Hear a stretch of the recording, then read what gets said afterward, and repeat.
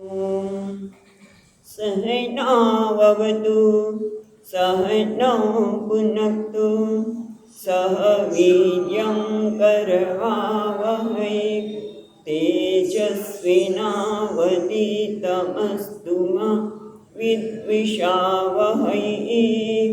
ॐ शान्ति शान्ति शान्तिः। ॐ पूर्णमदः पूर्णमिदं पूर्णात् पूर्णमुदच्यते पूर्णस्य पूर्णमादाय पूर्णमेवावशिष्यते। ॐ शान्ति शान्ति शान्तिः।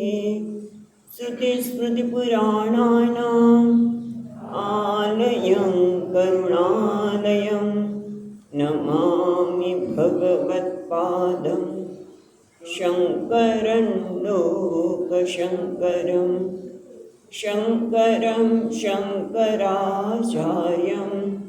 केशवं बादरायणं सूत्रभाष्यकृतौ वन्दे भगवन्तौ पुनः पुनः। ईश्वरो गुरुरात्मेति मूर्तिभेदविभागिने व्योमवद्व्याप्तदेहाय दक्षिणामूर्तये नमः। ॐ पार्थाय प्रतिबोधितां भगवता नारायणेन स्वयं व्यासेन ग्रथितां पुराणमुनिना मध्ये महाभारतम् अद्वैतामृतवर्षिणीं भगवतीम् अष्टादशाध्यायिनीम् अम्ब त्वामनुसन्दधामि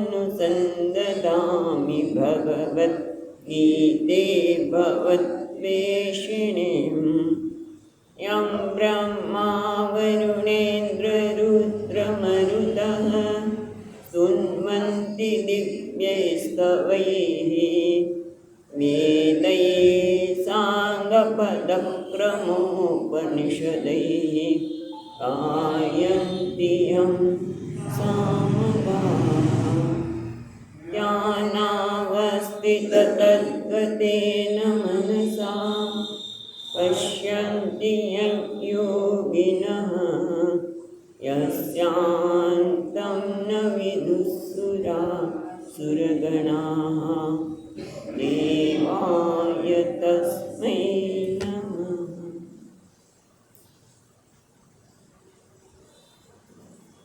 બીજો અધ્યાય 39મો શ્લોક 39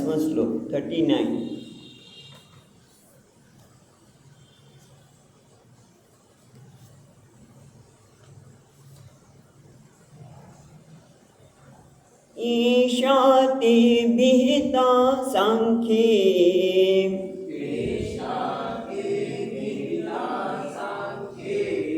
बुद्धिर्योगे त्विमां शृणु बुद्धिर्योगे त्विमां शृणु बुद्ध्या युक्तो यया पार्थ युक्तो यया पार्थ कर्मबन्धं प्रहास्यसि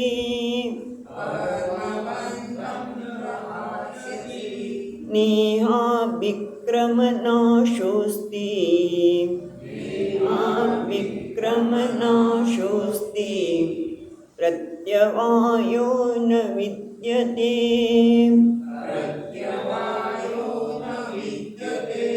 स्वल्पमप्यस्य धर्मस्य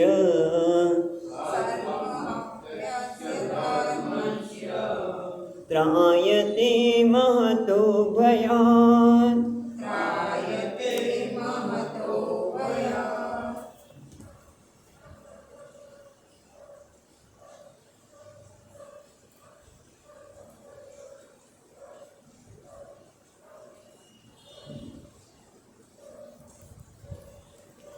તો ભગવાન હવે અર્જુનને કહે છે કે અત્યાર સુધી જે મેં તને કહ્યું એનાથી હવે બીજો એક વિષય બદલાય છે. અત્યાર સુધી મેં તને સાંખ્ય એટલે આત્માના સંદર્ભમાં વાત કરી, જે આપણે જોયું 11મા શ્લોકથી 30 શ્લોકમાં મોટે ભાગે. વચ્ચે પ્રાસંગિક સ્વધર્મની પણ વાત કરી, જીવનો જન્મ, જેનો જન્મ છે એનું મૃત્યુ છે એ પણ વાત કરી, પણ મોટે ભાગે આત્મતત્વની વાત કરી. પણ હવે હું તને એક બીજી વાત કરવાનું છું. શું? એસા તે ભીતા સાંખ્યે બુદ્ધિ યોગે મીમાંસુ. યોગે બુદ્ધિ, યોગના સંદર્ભમાં હવે હું તને જ્ઞાન આપવાનો છું. એના કારણે કર્મબંધમ પ્રહાસસી. કર્મરૂપી બંધન છે, કર્મ જે બંધનરૂપ લાગે છે એને તું ત્યાગી દઈશ, દૂરથી જ એને ત્યાગી દઈશ. પ્રહાસસી, હંમેશા માટે આ કર્મના બંધનને તું ત્યાગી દઈશ. એટલા માટે હવે હું તને એ વાત કરવાનું છું. ખરેખર જોવા જઈએ તો કોઈ કર્મ બંધન નથી, પણ કર્મ પાછળની જે ભાવના છે ને એ માણસને બંધનમાં નાખે છે. એટલે અહીંયા ભગવાન આપણને વિવેકની વાત કરે છે કે કર્મ આપણે જે કંઈ કરતા હોઈએ તો એની પાછળની ભાવના કઈ રાખવી. આમ જોવા જઈએ તો કર્મ તો આપણી ભાવનાને પ્રગટ કરવાનું માધ્યમ બને છે. કારણ કે વ્યવહાર તો થવાનો છે, ચાલવાના, ખાવાના, પીવાના બધું વ્યવહાર થવાનો જ છે. પણ ચાલતી વખતે બસમાં ચડી રહ્યા છે, ત્યારે મારે બધાને ધક્કા મારીને ઉપર ચડી જવું કે કોઈ વૃદ્ધ છે ને પહેલાં ચડવા દેવા? પેલી બહેન નાની બાળકને લઈને ચડી રહી છે તો એને કંઈ પેલા હું ચડી જાઉં? એ શું છે? કર્મ પાછળની ભાવના. કે કર્મ તો એક બધા કરવાના જ છે, પણ એ વખતે હું એને જગ્યા આપું, એને આગળ જવા દઉં, ઉદારતા દાખવું, તો એ શું બની જાય છે? કર્મ યોગ બની જાય છે. એટલે કર્મ કર્મ છે એ આપણા માટે યોગ બની. ગઈ વખતે આપણે ભાગવતના સંદર્ભમાં પણ વાત કરી. કર્મ તો થવાનું જ છે, પણ એની પાછળની ભાવના કઈ છે? ભગવાન કહે છે કે કર્મની પાછળની ભાવના આવી છે ત્યાગની, ઉદારતાની હશે તો તારા માટે બંધનનું કાર્ય નહીં બને. રાગ દ્વેષથી પ્રેરાઈને કર્મ કરીશ તો એ તારા માટે બંધનનું કાર્ય થશે. જેમ મોટું આમ સંગીતનો જલસો ચાલતો હોય ને બધાને જુદા જુદા વાજિંત્ર વગાડતા હોય, ગાનાર એક હોય પણ સાથે સાથે બધા વાજિંત્ર વગાડનાર પણ હોય, તબલા હોય ને પાછું લોકો છે આમ ગોળ ગોળ મંજીરા વગાડતો હોય. હા, પણ એ વખતે બધા તમે જો એકદમ તાલમાં હોય છે, કોઈ બેસુરું હોતું નથી. તમને આપણે આપ્યું હોય મંજીરા અને આપણે ન આપણે ધડાધડ બધા કરતાં જુદા પાડી દઈએ તો નકામું. સમૂહમાં હોય ત્યારે તમને બધા કેવું સુંદર રીતે એક જ જોડામાં ગાતા હોય તો એ સુંદર લાગે. એમ ભગવાન અહીંયા કહે છે કે આ જગતરૂપી જે ઓર્કેસ્ટ્રા સંગીતનું ચાલે બધા પોતાની સંવાદિતાથી કામ કરે, એક સુંદરતાનો અનુભવ થાય, શાંતિનો અનુભવ થાય. એના માટે આપણને ભગવાન વિવેક બતાવે છે કે અત્યાર સુધી મેં તને સાંખ્યની વાત કરી, પણ હવે હું તને આ બુદ્ધિયોગ, યોગના સંદર્ભમાં વાત કરવાની છે. કારણ કે બુદ્ધ્યાયુક્તો એ કરવાથી તને શું મળશે એ પણ ભગવાન કહી દે છે. પણ મહત્વની વસ્તુ છે યોગ બુદ્ધિ, કર્મ પાછળની ભાવના, ત્યાગની ભાવના, ઉદારતાની ભાવના, કોઈ નિસ્વાર્થતાની ભાવના, એ જ બની જાય છે યોગ. અથવા તો ઈશ્વરને ખુશ કરવાની ભાવના. સંવાદિતા કહ્યું ને આપણે, સંવાદિતા જ્યારે સંગીત ચાલતો હોય તો બધા સંવાદિતાથી કરે છે. એમ સંવાદિતા આ જગતમાં બધે સંવાદિતા છે, એક નિયમ છે, એક નિયતિ છે. એ નિયતિ રૂપે કોણ છે? પરમાત્મા છે. એટલે પરમાત્માને ખુશ કરવા એની આગળ બહુ ત્રીજા અધ્યાયમાં વાત કરવાના છે, એટલે આપણે જોઈશું ત્યારે. પણ નિયતિને આધારે ભગવાનને ખુશ કરવા એ રીતે કર્મ કરવા. ભગવાન કેવી રીતે ખુશ થાય? એટલે એનો અર્થ થયો કે ભગવાન નાખુશ પણ થાય ને. ભગવાનને ખુશ કરવા કર્મ કરવા, એટલે કે જેમ કે કોઈને આપણે સારું સારું બોલીએ, એમની સ્તુતિ કરીએ તો એ ખુશ થઈ જાય સામાન્ય વ્યક્તિ, અને એને આપણે ઓલું કરીએ તો એ નાખુશ થાય. તો શું ભગવાન પણ નાખુશ થાય? હા, ભગવાનને ખુશ થવું ને નાખુશ એ કોઈ આપણા ઉપર આધારિત છે, આપણા કર્મ પર આધારિત છે. ભગવાનને ખુશ કે નાખુશ થવાની વાત જ નથી. એ તો પોતાના સ્વે મહિમને તિષ્ઠતી, એ તો પોતાના મહિમામાં સ્થિત છે. તો પછી કેમ કહે છે? એના માટે સામાન્ય દ્રષ્ટાંત જુઓ કે મા બાપ હોય, એ બાળક જ્યારે એની કલ્યાણના માર્ગે જતો હોય, એને ભણવાનું હોય, એને ભણતો હોય, વ્યવસ્થિત લેસન કરતો હોય, તો મા બાપને ગમે. કેમ? કારણ કે પોતાના કલ્યાણના માર્ગે જાય છે. એની ઉન્નતિ ભણીને સારું ભણીને એની ઉન્નતિ કરવાનું છે. મા બાપને આનંદ થાય. પણ એની બદલે એ આખો દિવસ રખડ્યા જ કરતો હોય ને બીજા ધંધા કરતો હોય તો મા બાપને એ ગમતું નથી, નાખુશ થાય છે. એ જ રીતે ભગવાનને પણ જ્યારે આપણા કર્મયોગ ભાવનાથી, એટલે કે ઉદારતાની ભાવના હોય, કોઈને મદદરૂપ થવાની ભાવના હોય, સેવાની ભાવના હોય, તો એનાથી ભગવાન ખુશ થાય. કારણ કે સંવાદિતાની સાથે છે, નિયતિની સાથે છે, એટલે ભગવાન ખુશ થાય. કેમ કે આ બાળક, આ માણસ છે એ પોતાના કલ્યાણના માર્ગે ચાલી રહ્યો છે. જે દીકરો ભણી રહ્યો હોય તો મા બાપને ખુશી થાય, એમ ભગવાને પણ ખુશી થાય. કઈ રીતે? કે જ્યારે આપણે આપણા કર્મ પાછળની ઉદાત્ત ભાવના રાખીએ. નિયતિને આધારે, જે બધામાં તમે નિયતિમાં જુઓ તો તમે જુઓ ચંદ્ર, સૂર્ય, પૃથ્વી, બધામાં કેવી ભાવના છે? ઉદારતાની ભાવના છે. સૂર્ય કોઈ એમ નથી કહેતો કે હું આને જ પ્રકાશ આપીશ અને બીજાને પ્રકાશ નહીં આપું. એટલે એનું કર્મ કેવું છે? ઉદારતા, રાગ અને દ્વેષ વગરનું છે. પૃથ્વી માતા પણ ગમે તેટલું કરો ક્ષમા, આવા બધા ગુણથી જ્યારે આપણે કરીએ તો નિયતિ કહેવાય. એક મનુષ્ય જ નિયતિથી વિરુદ્ધ જાય છે, પછી આપણે જોઈશું. પણ ટૂંકમાં નિયતિને આધારે જ્યારે આપણે કર્મ કરીએ ત્યારે ભગવાન ખુશ થાય. એટલે ભગવાને આપણને આ શરીર આપી છે, બુદ્ધિ આપી છે, તક આપી છે, આવડત આપી છે, એનો આપણે સદુપયોગ કરીએ. બીજાને એ આવડત દ્વારા કોઈને મદદરૂપ થઈએ. કોઈને ન આવડતું તો શીખવાડીએ, કોઈની વસ્તુ હડપી ન લઈએ. કારણ કે આજકાલ અમને જોઈને યાદ આવ્યું કે કંઈક હડપવાની પણ વાત ચાલી રહી છે. એવા કાયદા પણ છે, પણ એમાંથી કેમ બહાર કાઢવા? બધાને સમાન હક મળે તો જ થાય. એટલે ટૂંકમાં આપણને ભગવાન અહીંયા ગીતામાં વિવેકપૂર્વકનું જીવન બતાવે છે. જ્યાં સુધી આપણે આ પ્રકારની ભાવનાથી કર્મ નહીં કરીએ તો ટેન્શન થવાનું જ, અને પછી આપણે તાકી જવાના. એટલે પછી કહીશું હવે બસ બહુ BRS લઈ લઈએ અથવા તો વહેલી નોકરી છોડી દઈએ. શેના માટે? કારણ કે વિવેકપૂર્વકનું જીવન જીવ્યા નથી.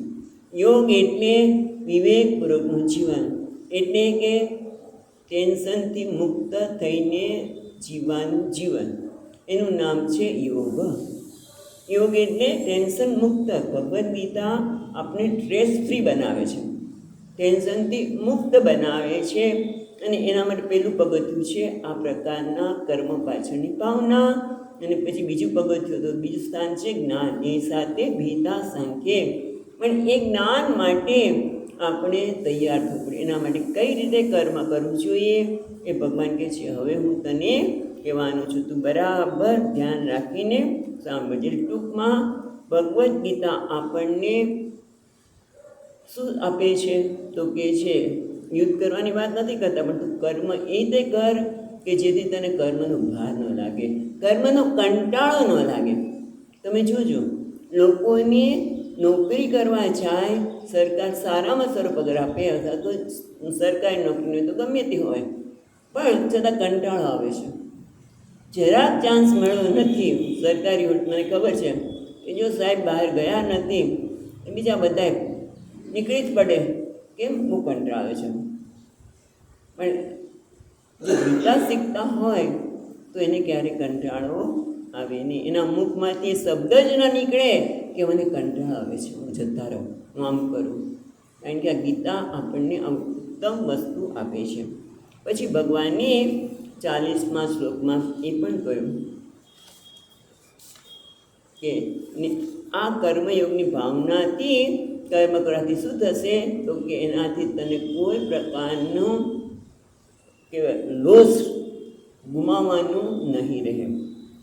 જેમ કે ન અભિક્રમ નાશો અસ્તિ, એટલે અભિક્રમ એના માટે દ્રષ્ટાંત આપ્યું હતું કે પ્રારંભસ્ય નાશ. તમે કંઈક વસ્તુનો પ્રારંભ કરો અને પછી એનો નાશ થાય. ખેતીમાં તો ખેતી કરતા હોઈએ, બરાબર બધું ધ્યાન રાખવું. વરસાદ સારો આવ્યો પણ પછી વરસાદ આવે જ નહીં, તીડ આવે વગેરે થાય, એટલે કેટલી મહેનત કરે પણ કદાચ અનાજ બરાબર ન પણ મળે, બની શકે ખરું. શેર બજારમાં તો હોય જ છે. તો આપણે એમ થાય કે ના, મને તો આટલા પૈસા મળશે જ મળશે, પૈસા રોક્યા હોય અને કંઈક ગડબડ થઈ જાય. એટલે આ યોગ વગરની ભાવનાથી, વિવેક વગરની ભાવનામાં આવું બધું રહેલું છે. જ્યાં અભિક્રમ નાશ પણ છે, કોઈ પણ કર્મ કરીએ તો એમાં કંઈક ગુમાવવાનું થાય. ખેતી કરીએ, કોઈનો શેર બજારમાં હોય કે ગમે ત્યાં હોય, ગમે ત્યાં. આ તો ખેતીનું દ્રષ્ટાંત આપ્યું, પણ કોઈ પણ કાર્યમાં આવું આપણે ઈચ્છું હોય એના કરતાં વિપરીત બની શકે. અને પ્રત્યવાયનું દ્રષ્ટાંત બહુ સુંદર આપ્યું હતું કે જેમ દવા લઈએ પણ એની આડઅસર થઈ શકે. આમ પણ આ યોગના માર્ગે છે એને આમાંથી કોઈ પણ પ્રકારનો દોષ લાગતો નથી. અને આપણે બીજી લીટી જોવાની બાકી હતી, એ આપણે જોઈએ કે સ્વલ્પમ અપી ધર્મસ્ય ત્રાયતે મહતો ભયાત. તું થોડો પણ પ્રયત્ન કર, તું થોડો પણ વિવેકની દ્રષ્ટિએ, વિવેક એટલે શું? નિસ્વાર્થ ભાવના. પણ આપણે નિસ્વાર્થ ભાવનાથી શું મળે ખબર નથી. અને એટલા માટે આપણે તો સ્વાર્થી કર્મ કરીએ તો કંઈક લાભ થાય છે. નિસ્વાર્થી મને શું મળવાનું છે? હું ઉલટાને એમ કહેશું કે તું આ નિસ્વાર્થ ભાવનાથી, કર્મયુગ ભાવનાથી કદાચ ઈશ્વરને પ્રસન્ન કરવા માટે, એટલે કે નિસ્વાર્થતા, ઉદારતા, સેવા, કોઈને મદદરૂપ થવું, તો એમ જ કે સાતો બેવડો છે. તમે જોજો, સમાજ એવી વ્યક્તિને એમ કહેશે શું સેવાના ભેખ લઈને નીકળો છો, આવું કરવાની શું જરૂર છે? એવું જ કહેવાના છે. એટલે પણ આપણને થોડુંક થાય કે આપણે કરતા હોય અને લોકો આવા વાક્ય બોલીએ એટલે આપણે થાય કે ભાઈ આપણે કરીએ છીએ સાચું છે કે કેમ. અને બીજું કે આપણે પ્રમાણિક રહેવું હોય, અને એવા કંઈ પ્રલોભનો આવે અને આપણે પ્રલોભનમાં ખેંચાઈ જઈએ અને આપણે થોડુંક ગડબડ કરી બેસીએ. કેમ? કારણ કે મને પ્રમાણિકતાથી, આ સેવાની ભાવનાથી કરવાથી, કોઈને મદદરૂપ થવાથી મને શું મળશે એનું મૂલ્ય જન્મ્યું નથી. સ્વામીજી કેમ? વેલ્યુ ઓફ ધ વેલ્યુ, એ મૂલ્ય તો છે પણ એનું મૂલ્ય જ મને જન્મે કે એનાથી મને શું મળવાનું છે, તો માણસ એનું આચરણ કરવાના છે. એટલે અહીંયા એ બતાવે છે કે સ્વલ્પમ આપે, તમે થોડો પણ પ્રયત્ન કરો, વિવેકપૂર્વક તમે જીવન જીવો. દિવસ દરમિયાન થોડાક કે ને દિવસ દરમિયાન 1-2 કર્મ પેલા કરો કે હું કે દિવસ દરમિયાન કોઈને દુઃખ થાય એવા વાક્ય નહીં બોલું. કારણ કે મને દુઃખ થાય, મને ગમતું નથી. કોઈ મારો તિરસ્કાર કરે એ મને ગમતું નથી. હું બીજાને ઉપયોગી થઈશ. ભલે ને 2 કે 3 કર્મ કરો, પછી રાત્રે વિચાર કરો કે મેં આજે આવા કોઈ કર્મ કર્યા, એનાથી મને શું મળ્યું. તમે જોજો, તમે કોઈને મદદરૂપ થાવ તો આનંદ થશે. ખાલી એક રસ્તો ક્રોસ કરાવીને, અથવા તો અહીંયા આવીને આપણે કોઈને પંખાની ખબર નથી અને આપણે કરી આપીએ તો કેવો આનંદ થાય, વાહ ચાલો હું કોઈકને મદદરૂપ થયા. એ ફાંફા મારતા હોય સ્વિચ માટે અને આપણે ફટાક કરતાં કરી દઈએ, આનંદ આવે. સ્વલ્પમ અપ્ય, થોડો પણ પ્રયત્ન કર, પણ એ તને એ ધર્મસ્ય ત્રાયતે મહતો ભયાત. એમ કરતાં શરૂઆતમાં 1-2 કર્મ કરીએ, પછી એમ થાય નાનાથી તો આનંદ આવે છે. આ કર્મયુગ ભાવનાથી, ઈશ્વરને પ્રસન્ન કરવાની ભાવનાથી, એટલે કે મૂલ્યોનું પાલન કરવાથી આનંદ આવે છે. એથી વધતું જાય. જેમ કે ને પાદ પ્રસારણ ન્યાય આપણે વાત કરી છે કે પાદ પ્રસારણ એટલે શું? પેલો ભિખારી આવ્યો, મને બહુ ભૂખ લાગી છે, બરાબર 12 વાગ્યા હતા. એટલે માતાજીને થયું કે એને આપ્યું, પણ હું અહીંયા બેસીને ખાઉં. એટલે અહીંયા બેસીને ખાય તો પછી વધારે આપવાનું મન થાય. ભાઈ કોઈ આપણા આંગણે બેસીને ખાઈ જ જવાનો છે, દુરુપયોગ કરવાનો નથી, એટલે વધારે આપ્યું. પછી પેટ બહુ ખવાઈ ગયું, સૂઈ જાઉં, અહીંયા જ બહુ તડકો છે બહાર. પછી કે ભલે ત્યારે, પણ 5 વાગે તો ઉઠે જ નહીં. માં કે મારે સત્સંગમાં જવાનું છે. ક્યાં જવા મારું છે? આ તો મારું છે. આ તો પાત પ્રસારણ ન્યાયનો એક વાર્તા છે. પણ આપણે ભગવાનને પાત પ્રસારણ કરવા દઈએ, ભગવાનને જીવનમાં લાવીએ, વિવેકને જીવનમાં લાવીએ, નિયતિને આધારે કર્મ કરીએ, તો એ ધીમે ધીમે શું થશે? અંતઃકરણ શુદ્ધ થશે. અને પછી બીજો તબક્કો શું છે? જ્ઞાન. અને જ્ઞાન શું આપે છે? અભયતા. રાયતે મહતો ભયા, હંમેશા માટે ભયમાંથી મુક્તિ ટકે છે. સ્વલ્પમ અભ્યાસ્ય યોગ ધર્મસ્ય અનુષ્ઠિતમ રાયતે એટલે રક્ષતી મહત સંસાર ભયાત જન્મ મરણ દાદી લક્ષણમ. એટલે ટૂંકમાં આનો આપણે પ્રયત્ન પૂર્વક કરીએ. આપણી જાતને પૂછીએ કે આજે મેં કેટલા કર્મયોગ ભાવનાથી કર્યા, એટલે કે કેટલાનો ઉપયોગી થવા પ્રયત્ન કર્યો, કે મારાથી કોઈને દુઃખ થાય એવું બોલાઈ ગયું છે, મનમાં માફી માગી લે, બોલી જાય એવું કંઈ નથી. કારણ કે આપણે કંઈ મેળવવું હોય અને સામેની વ્યક્તિ એ પ્રમાણે ન કરે તો આપણેથી બોલાઈ જાય. પણ પાછું વિચાર કરીએ કે આવું ન બોલ્યા હોત તો, પ્રયત્નપૂર્વક ધીમે ધીમે આમાંથી બહાર નીકળીએ તો એક દિવસ આપણા જીવનમાં અંતઃકરણ શુદ્ધિ થતાં જ્ઞાન આવશે. અને એને લીધે આ સંસારનો જે ભય છે એમાંથી ભગવાન આ ધર્મ યોગ માર્ગ, આપણે યોગની ભાવનાથી કરવાનું, એને ધર્મ કહે છે. એટલે કર્મ આપણને મહાન ભયમાંથી મુક્ત કરે છે. પણ એના માટે શું કરવું જોઈએ? એટલે કહે છે એ યયમ સાંખ્ય બુદ્ધિયુક્તા યોગે ચ વક્ષ્યમાણ લક્ષ્મણા. આજે બે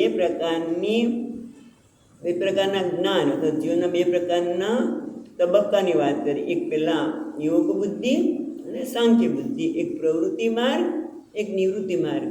પણ એના માટે શાસ્ત્ર કહે છે માટે નહીં, પણ આપણામાં એનો નિર્ણય થવો જોઈએ. એટલા માટે ભગવાન હવે અર્જુનને કહે છે 41મા શ્લોકમાં, વ્યવસાયાત્મિકા બુદ્ધિ, વ્યવસાયાત્મિકા બુદ્ધિ એકેહ કુરુ નંદન, એકેહ કુરુ નંદન, બહુશાખાહ્યનંતાશ્ચ, શાખાહ્યનંતાશ્ચ બુદ્ધયો વ્યવસાયિનાં, બુદ્ધયો વ્યવસાયિનાં. અને પહેલાં તો ભગવાન કહે છે વ્યવસાયાત્મિકા બુદ્ધિ એક ગુરુનંદન, એ ગુરુવંશને આનંદ આપનાર. નંદ એટલે આનંદ. એ ગુરુવંશમાં બધાને આનંદ આપનાર હે અર્જુન, હે ગુરુનંદન. ઇહ એક બુદ્ધિ વ્યવસાયાત્મિકા ગુરુ શબ્દ નથી પણ મૂકીએ છીએ તો કે છે ઇહ એટલે અહીંયા એટલે મોક્ષ માર્ગે અથવા તો અધ્યાત્મ માર્ગે તું એક નિર્ણય કર. પણ મારે મોક્ષમાં રસ જ નથી. એટલે અધ્યાત્મમાં રસ નથી. મને તો શેમાં રસ છે? એ ખાઈ પીને મજા કરવામાં. કેટલા લોકો એમ પણ કહે ને કે ખાઈ પીને મજા કરવામાં જ રસ છે. કે કંઈ વાંધો નહીં, ખાઈ પીને મજા કરીને શું કરવું જોઈએ છે? સુખ જ જોઈએ છે ને. ખાઈ પીને મજા કરવી છે એટલે કે શું જોઈએ છે? સુખમાં રસ છે. બરાબર? ભલે તને અધ્યાત્મ શબ્દનો ગમતો હોય, મોક્ષ ગમતો ન હોય, પણ સુખ તો ગમે છે. તો વેદાંત એના સામે કંઈ વિરોધ નથી કરતા. માણસને સુખી થવું છે, સફળ થવું છે, નિષ્ફળ થવું નથી. તો વેદાંત બરાબર છે. શાસ્ત્ર કહે છે તારી સુખી થવાની ઈચ્છા છે, ખોટી નથી. શાંતિથી જીવવું છે એની ઈચ્છા ખોટી નથી. પણ એના માટે વિવેક કરવાની જરૂર છે. હા, વેદાંત એનો આદર કરે છે, વ્યક્તિની ઈચ્છાનો આદર કરે છે, પણ એને કે તું વિવેક કર.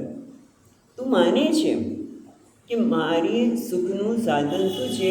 કે જો મારી પાસે પૈસા હશે ને, સંપત્તિ હશે ને તો લોકો ભલા હશે. સંપત્તિ હોવી જોઈએ, પ્રતિષ્ઠા હોવી જોઈએ, સત્તા હોવી જોઈએ, સારી નોકરી હોવી જોઈએ. સાચી વાત છે. એમાંય નામ નથી પાડતું.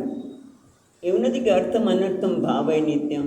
બરોબર છે, પૈસાની જરૂર છે વ્યવહારમાં, પણ માણસનો વિવેક કયો છે કે પૈસા જ સર્વસ્વ છે.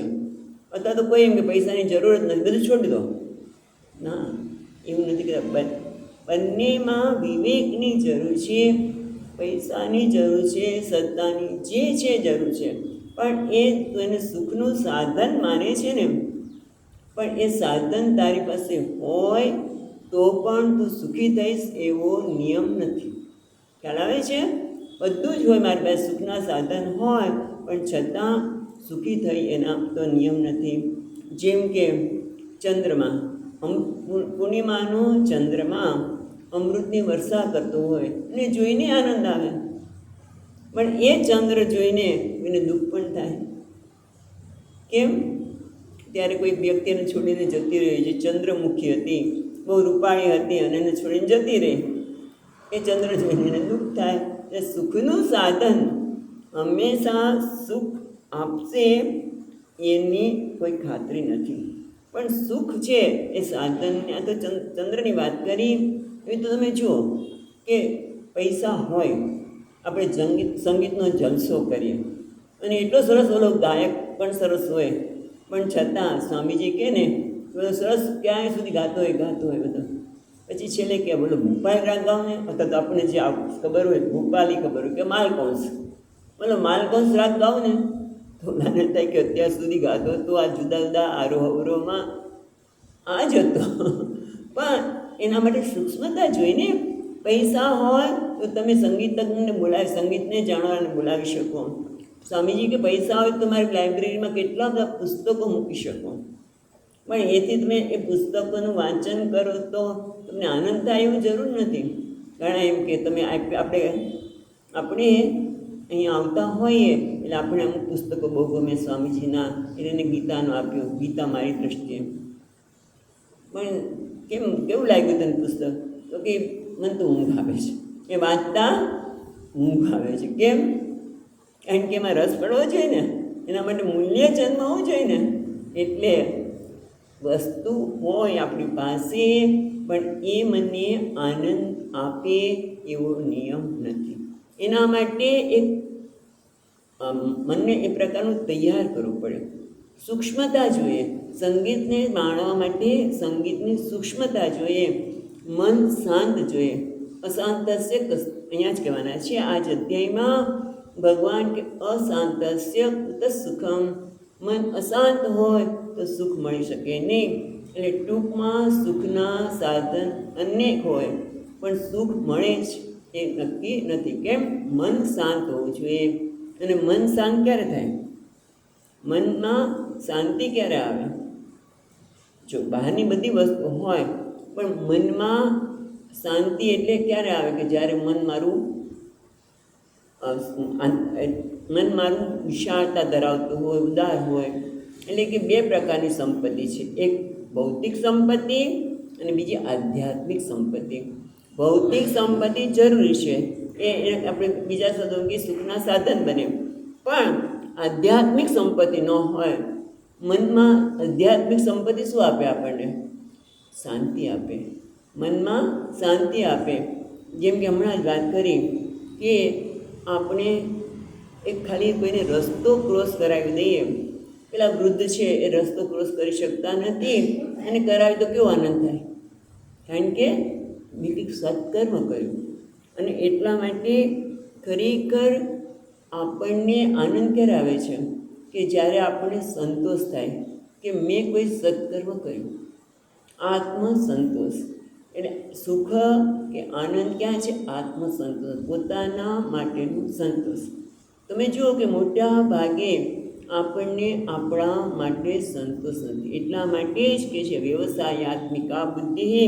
એ અર્જુન, પહેલાં તો નિર્ણય કર કે દરેક મનુષ્યને સુખ ક્યાંથી મળે છે?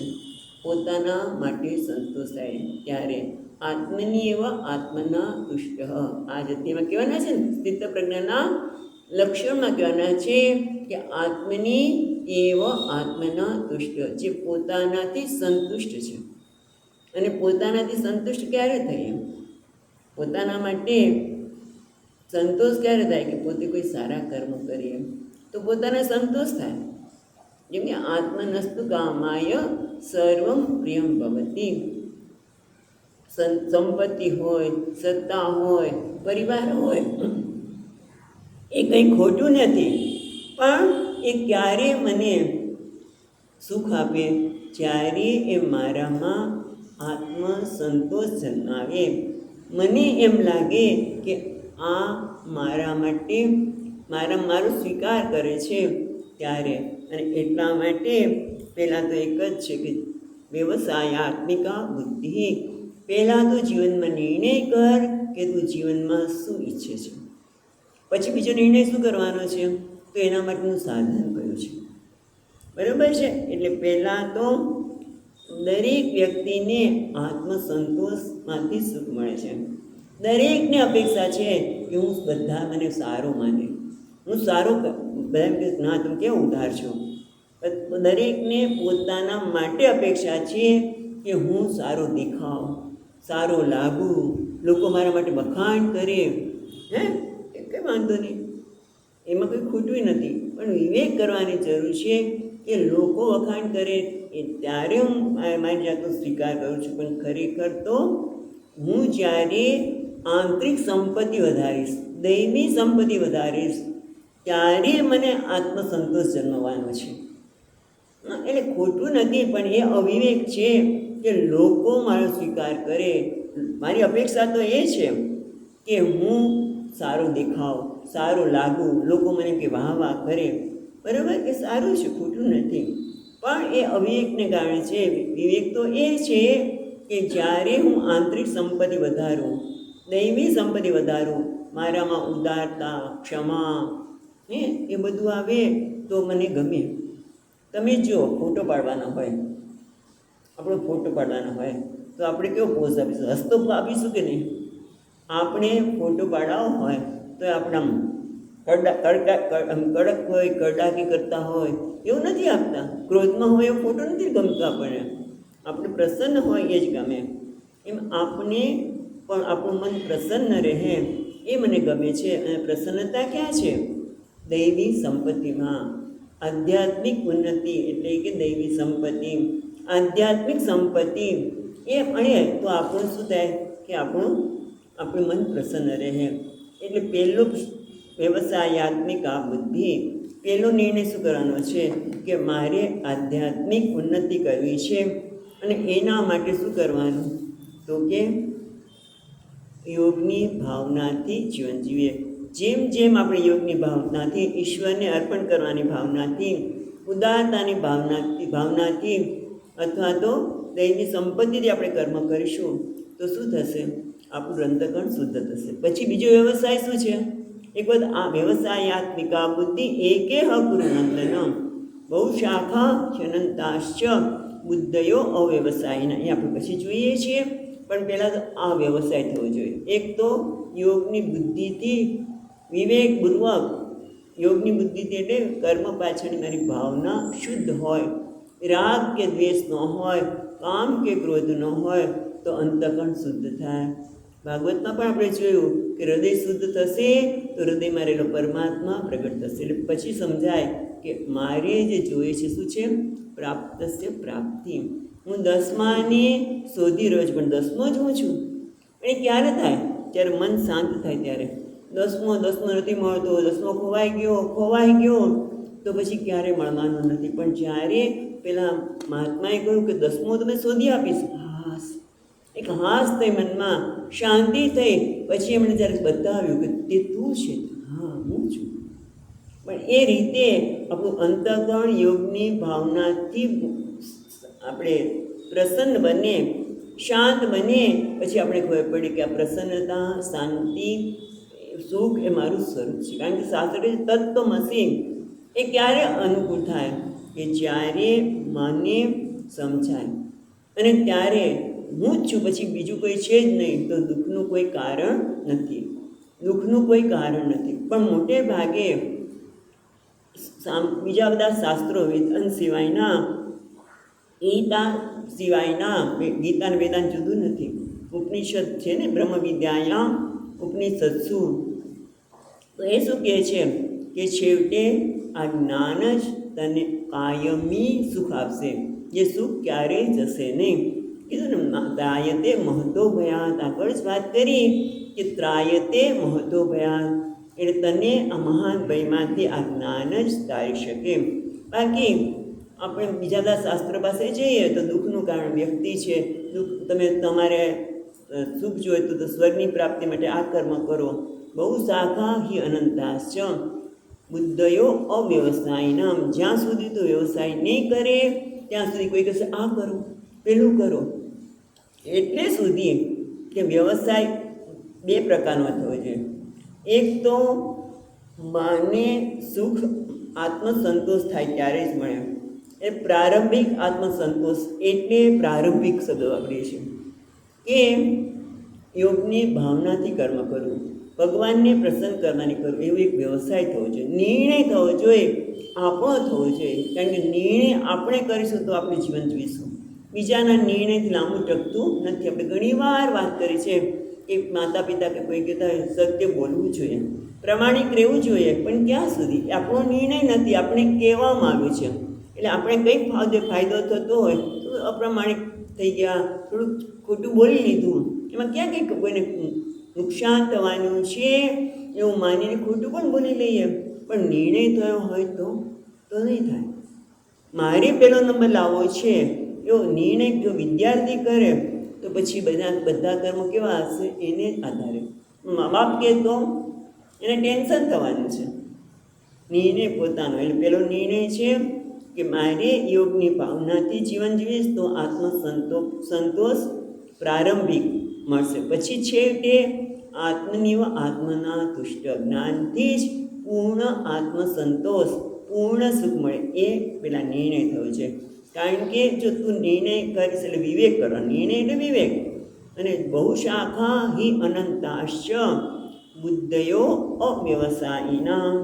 એટલે બાકી તો આમ જો તું નિર્ણય અવ્યવસાયિના, જેને વ્યવસાય કર્યો નથી, નિશ્ચયનો જેને અભાવ છે, જેને સ્પષ્ટતા પોતાના જીવનમાં નથી,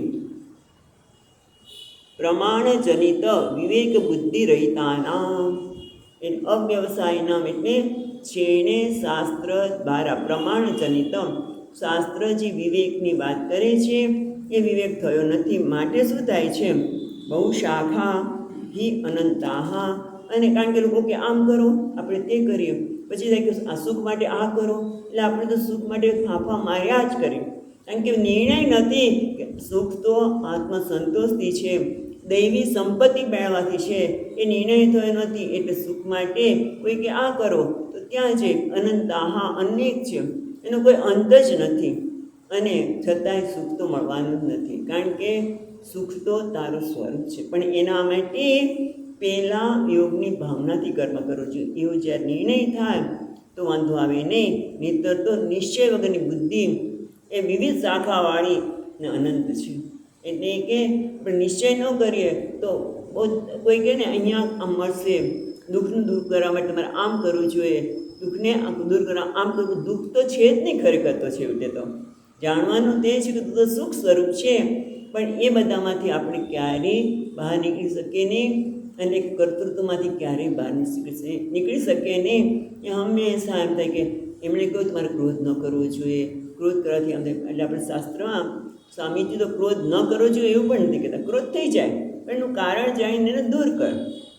એ રીતે જો નિર્ણય ન થયો તો કંઈક તમે આમ કરો, તમારે આ ન કરવું જોઈએ, અને જો કરીએ તો આપણે પાછું દુઃખ થવાનું. એટલે અનંત છે.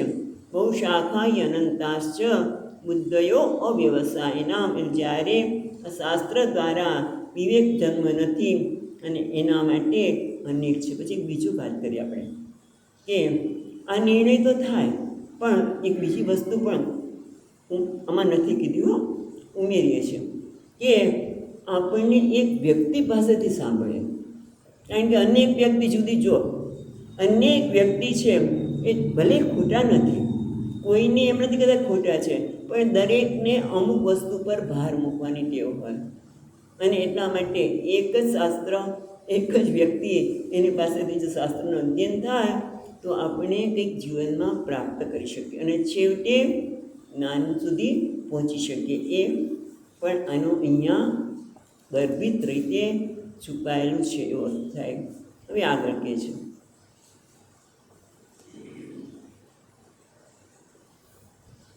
હવે જેને વ્યવસાયાત્મિકા બુદ્ધિ કરી નથી, જેને જીવનના ધ્યેયની સ્પષ્ટતા નથી. વ્યવસાયાત્મિક બુદ્ધિ એટલે શું? પોતાના જીવનમાં પોતે શું ઝંખે છે અને શું ઝંખે છે અને એના માટેનું શું સાધન છે એનો વ્યવસાય નથી થયો, એની સ્થિતિ કેવી છે? એટલે કહે છે કે જે જીવનમાં ધ્યેયમાં શું છે, જે સુખ ઈચ્છે છે, અને સુખ કેવું? ટકાઉ સુખ ઈચ્છે છે, હંમેશા રહેવું, અને એના માટે શાસ્ત્ર જ જે તે માર્ગ બતાવે છે. કર્મ કરો, બધું જ પ્રાપ્ત કરો. આપણે નથી કહેતા કે તમે સત્તા ન પ્રાપ્ત કરો, સંપત્તિ પ્રાપ્ત ન કરો, બધું હોય, પણ એની પાછળ વિવેક હોય છે. કયા પ્રકારે કર્મ કરવું, એની કર્મ પાછળની ભાવના, વિવેક એ જ માણસને સુખનું સાધન છે. એવો નિર્ણય જેને ન થયો હોય તો એના માટે શું છે એ આગળ પછીના શ્લોકમાં કહે છે, 42મા શ્લોકમાં.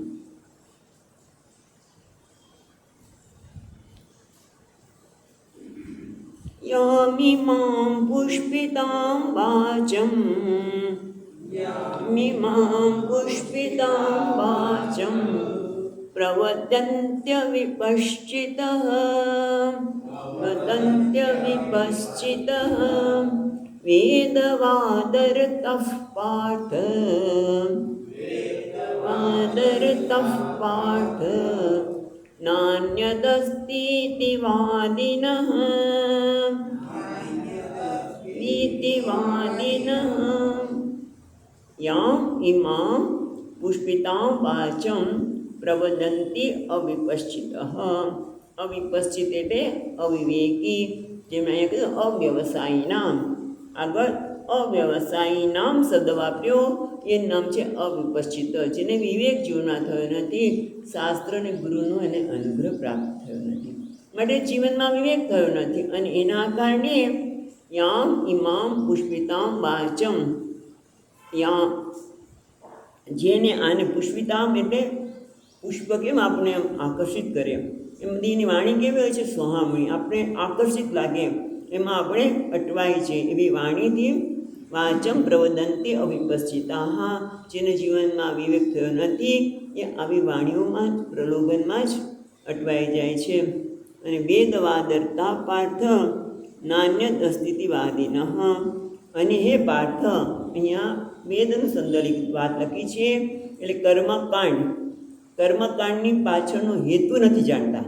કર્મકાંડ ખોટું નથી, કર્મકાંડમાં જે કર્મ કરવાનું કીધું છે એ પણ ખોટું નથી, પણ છેવટે કર્મકાંડથી, કર્મથી અંતકરણ શુદ્ધિ થવી જોઈએ. એ રીતે કર્મ કરીએ કે જે અંતકરણ શુદ્ધિ કરાવે, અને તો શું થાય? પછી આપણે જ્ઞાનની પ્રાપ્તિ થાય. પણ એ લોકોને ખબર નથી, માટે વેદ વાદરતા, હા એટલે વેદના કર્મકાંડ સિવાય બીજું કશું છે જ નહીં, એ જ વસ્તુ છે.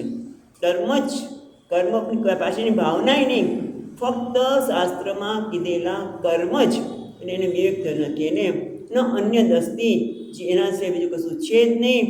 ઇતિવાદિનઃ, એવી દલીલ કરવાની જેને ટેવ પડી ગઈ છે, એના સંદર્ભમાં પહેલાં આ શ્લોક કહે છે. એટલે ટૂંકમાં જેને નિર્ણય નથી થયો, અવ્યવસાયિકા બુદ્ધિ, એટલે અહીંયા કહે છે યામ ઇમામ પુષ્પિતામ વાચમ, એટલે કે જેણે નિર્ણય થયો નથી. એના માટે એક નાની વાર્તા યાદ આવે છે, જે આપણે બધાએ સાંભળી છે. કે રાજા હતા, એક વખત એ રાજાએ ઢંઢેરો પીટાવ્યો કે આ શુક્રવારે, ગુરુવાર છે આજે, ચાલો ગુરુવારે હું આપણા રાજ્યના બગીચામાં બેસીશ અને તમે મને મળો, તમારે જે જોતું એ આપીશ. પણ એમણે શું કર્યું? રાજ્ય જે બગીચામાં બેઠા અને આગળના ભાગથી જ બધી એટલી પ્રલોભિત વસ્તુ મૂકેલી, અને બધી ફ્રી. શરૂઆતમાં જુદા જુદા વસ્ત્રો, તમારે જેને જે જોતા લો, એક પૈસો નહીં.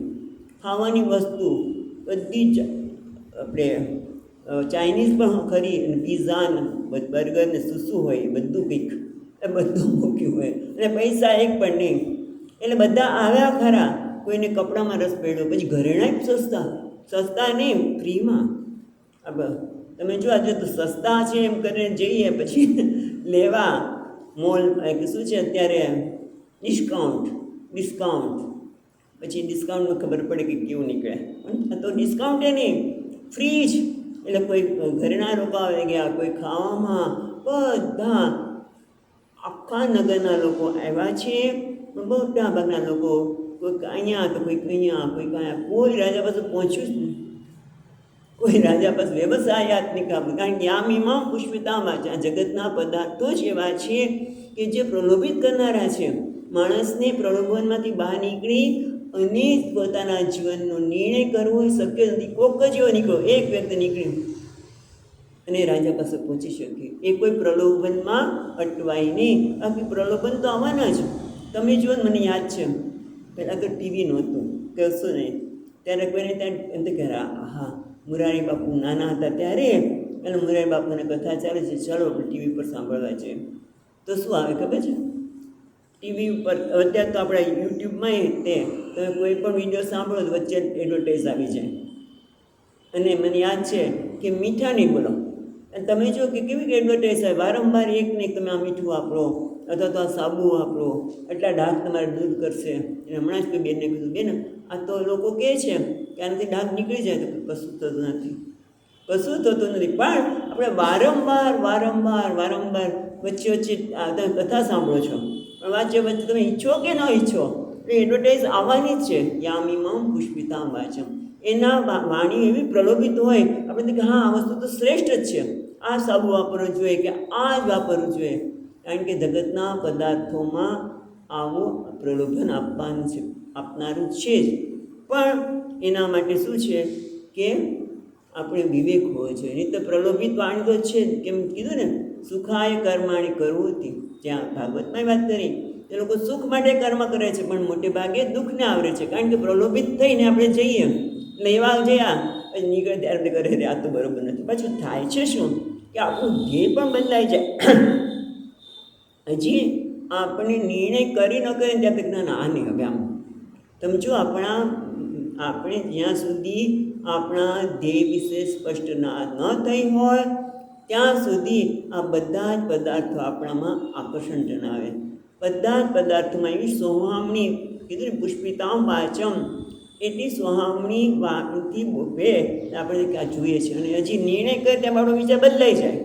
ના કોઈ બીજા કંઈ આમ નહીં, ઓલું કરવા જેવું છે, તો હા ત્યારે અહીંયા છે. એટલે કે એનો કોઈ અંત જ નથી. જેમ ભગવાન આપણે શંકરાચાર્ય મહારાજ કે છે, બાલસ્તાવત ક્રીડાસક્ત, તરુણસ્તાવત તરુણી રક્ત, વૃદ્ધસ્તાવત ચિંતામગ્ન, પરમે બ્રહ્મણી ઓપીન સક્ત. આપણે કરી ગયા પછી ગોવિંદ. હા, તો જો નિર્ણય ન થયો હોય જીવનનો કે હું જીવનમાં શું ઈચ્છું છું, ધ્યેયની સ્પષ્ટતા ન હોય તો બાળપણ રમકડા રમવામાં એમાં જતું રહે. તરુણી સ્થાવત તરુણી રક્ત, યુવાવસ્થામાં પરસ્પરના આકર્ષણમાં જીવન નીકળી જાય. વૃદ્ધ સ્થાવત ચિંતામગ્ન, અને વૃદ્ધ થયા પછી ભગવાનનું ભજન થાય તો કે ના શરીરના પ્રોબ્લેમ, બીજા બધા પ્રોબ્લેમ, લાગણીના પ્રોબ્લેમ હોય છે, જો મને કોઈ બોલાવતું નથી વગેરે વગેરે. અને એટલે ચિંતામગ્ન, કોઈ ભગવાનને યાદ કરી શકતો નથી. કેમ? કારણ કે નિર્ણય થયો નથી, સત્સંગ જ નથી મળ્યો. ગઈકાલે વાત કરીને ભાગવતમાં કે એ વ્યક્તિને એટલો બધો એમાં રચ્યો પચ્યો છે કે એને ભગવાનના ભક્તના દર્શન નથી થયા. કોઈ સંતના કે કોઈ ભક્તના સંપર્કમાં આવે તો એને સત્સંગની ઈચ્છા થાય, પણ એ તો આમાં જ જીવન બેઠી નાખે છે. એટલા માટે કહે છે કે યામિમામ પુષ્પિતામ વાચમ પ્રવદંતી અવિપશ્ચિતા, જેને નિર્ણય થયો નથી, જે અવિપશ્ચિત છે એ તો આવી મીઠી વાણી કહે છે અને લોકો એનામાં ભરમાઈ જાય છે. અંધે નૈવ નિયમાયંધાહા, કઠોપનિષદમાં કહે છે કે એક આંધળો વ્યક્તિ બીજા આંધળા વ્યક્તિને, જેને પ્રજ્ઞાચક્ષુ છે એ દોરી જાય છે બીજા પ્રજ્ઞાચક્ષુને, બીજા કોઈને. તો શું તો પ્રજ્ઞાચક્ષુ કદાચ દેખતા વ્યક્તિને કોઈને લઈ જાય તો એ આપણે કૂવામાં જ પડવાના છે. અંતે નૈવ નિયમાયંતા. હા, એવું જ છે કે આ લોકો બસ આપણને એમ જ કહે કે સુખનું સાધન તો સ્વર્ગ છે, તમે કર્મ કરો ને સુખમાં. આટલા પછી એમાં કેટલા બધા કર્મ કરો તો તમે શું કહે છે? વેદવાદર્તિના પાર્થ નાન્ય દસ્તિતિવાદીન. જે વેદને વરેલા છે એની અહીંયા તો વાત કરે છે, પણ અત્યારે વેદને બદલે ભૌતિક વસ્તુને પણ વરેલા છે. એમ જ કહે છે કે તમે બધા નકામા છો, મૂર્ખ છો. સત્સંગમાં જવાતું હશે એનાથી તમે સુખ મેળવું, તમને બ્રહ્મ છો કે પાછા તું બ્રહ્મ છે, તું પૂર્ણ છે, એ તો તારું બ્રેઇન વોશિંગ જ છે. મને યાદ છે શરૂઆતમાં આ શબ્દો મને પણ કહેવામાં આવ્યા હતા કે તમારું બ્રેઇન વોશિંગ છે. એટલે આપણે એના પ્રભાવમાં આવી ગયા તો ગયા. એટલે આ બધા કહેવાય છે પોતે એની સ્પષ્ટતા નથી, બ્રેઇન વોશિંગ નથી. જેમ સૂર્ય ઉગતો પણ નથી ને આથમતો નથી, એ તો સત્ય છે. એ બ્રેઇન વોશિંગ ક્યાં છે?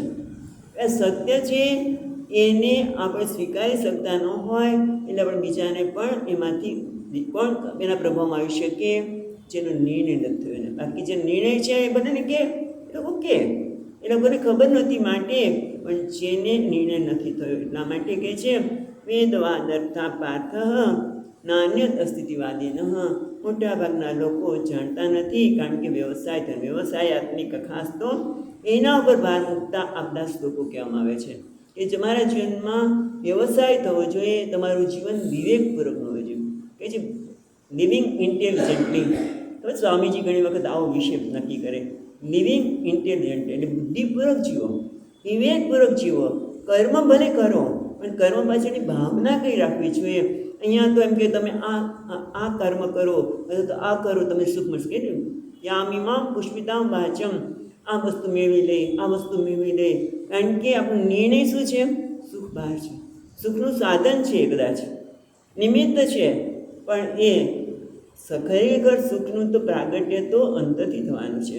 મનની પ્રસન્નતા હોય, મનની શાંતિ હોય તો. પણ અહીંયા તો શું કહે છે કે મોટાભાગના લોકો આવા પુષ્પિતા જેનો વ્યવસાય નથી થયો એવા આ સુહામણી વાણીમાં અટવાઈ જઈ ગયા હોય છે.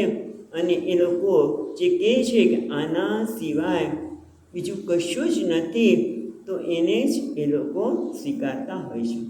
અને એના કારણે શું થાય છે? ચાલો કાલે જોઈએ. બહુ સુંદર છે. કામાત્માને સ્વર્ગ પરા.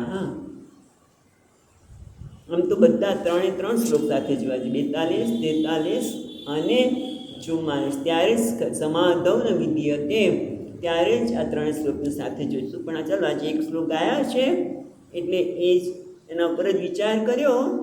પણ ખરેખર તો શું છે? આ બધાની નીચે છેલ્લે શું છે? આના કારણે સમાધવ ન વિદ્ય. 44મા શ્લોકમાં કહે છે કે વ્યક્તિના જીવનમાં સમાધિ એટલે શાંતિ પણ નથી મળતી, એક નિર્ણય પણ જીવનમાં કરી શકતા નથી. ચાલો એ વિશેષ કાલે જોઈશું. ઓમ પૂર્ણમદઃ પૂર્ણમિદં પૂર્ણાત પૂર્ણમુદચ્યતે પૂર્ણસ્ય પૂર્ણમાદાય પૂર્ણમેવાવશિષ્યતે. ઓમ શાંતિ શાંતિ શાંતિ. શંકરં શંકરાચાર્યં કેશવં બાદરાયણં સૂત્રભાષ્યકૃતૌ વંદે ભગવन्तૌ પુનઃ પુનઃ. ઈશ્વરો ગુરુરાત્મેતિ મૂર્તિભેદવિભાગિને વ્યોમવદ્વ્યાપ્તદેહાય દક્ષિણામૂર્તયે નમઃ. ઓમ શાંતિ શાંતિ શાંતિ. હરિ ઓમ. શ્રી ગુરુભ્યો નમઃ.